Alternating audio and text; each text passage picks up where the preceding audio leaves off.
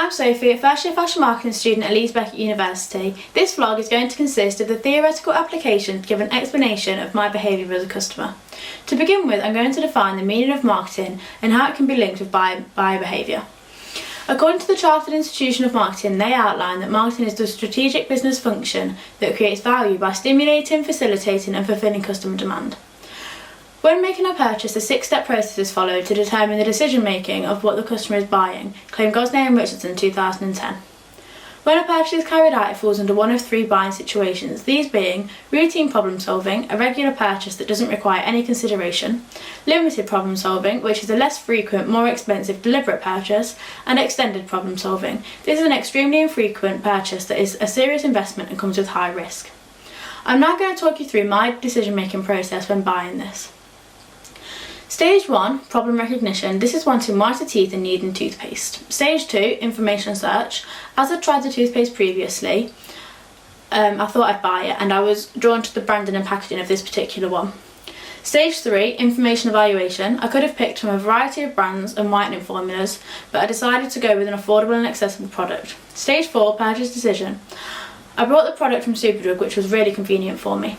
Stage 5 is post-purchase decision, and I was definitely satisfied with the product, which leads to Stage 6, feedback prior, and I can guarantee I'll continue to purchase this specific brand for the foreseeable future.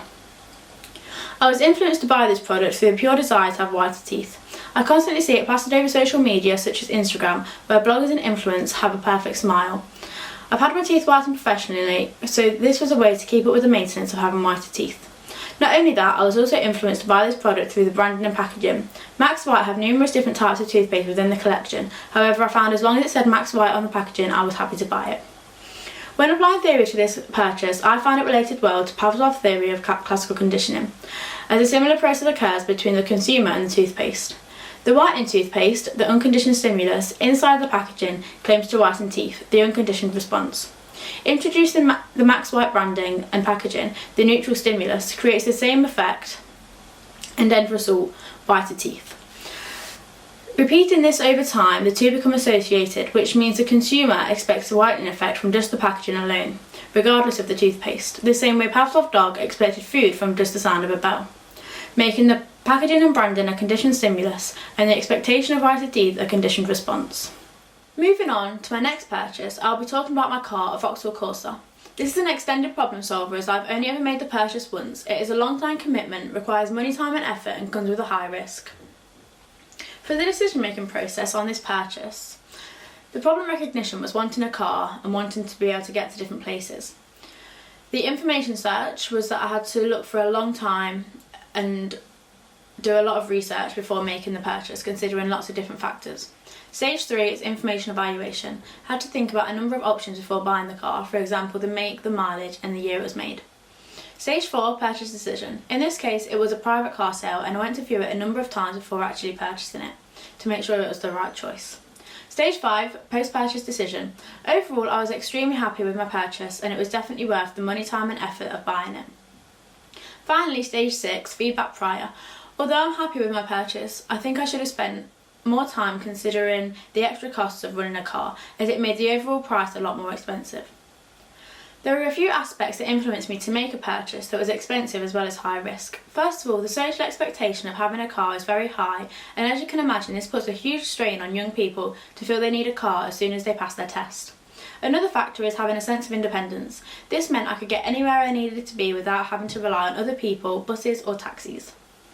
I've decided to use the model of goal-directed behaviour founded by BAGOZZI, Canley et al. 2002. I've inserted a diagram to show the main principles of the theory. It starts with attitude, which in my case was having the motivation of wanting a car. It then goes on to positive and negative anticipated emotions. For me, the positive emotions were having just passed my test, and the negative emotions were going to look at cars, getting my hopes up, and being disappointed when they weren't what I was looking for. Finally is the subjective norms. This is the social expectation and pressure of getting a car as soon as you pass your test, due to the vast majority of young people having cars straight away. This then leads on to the desires, intentions and actions. My main desires were the make, colour and the year it was made. My intentions were wanting to buy the car, which led to my action of the initial purchase. These were influenced by my frequency of past behaviour, which was changing my mind on what car I wanted numerous times. the perceived behaviour control, which was knowing I'd be able to buy the car once I'd found the right one, and finally, recency of past behaviour, which was talking to car specialists who gave me a better understanding of judgment when deciding what car I wanted. I chose to talk about two very different items which I feel show an in-depth understanding of the three types of customers. The satisfaction rate I got with the toothpaste was good, and I was impressed by the results. However, it was an essential purchase that I had to make. When I bought my car, this gave me a sense of accomplishment, and I was therefore pleased with my purchase. I had a much higher satisfaction rate when buying the car than with the toothpaste. Thank you for listening to my vlog.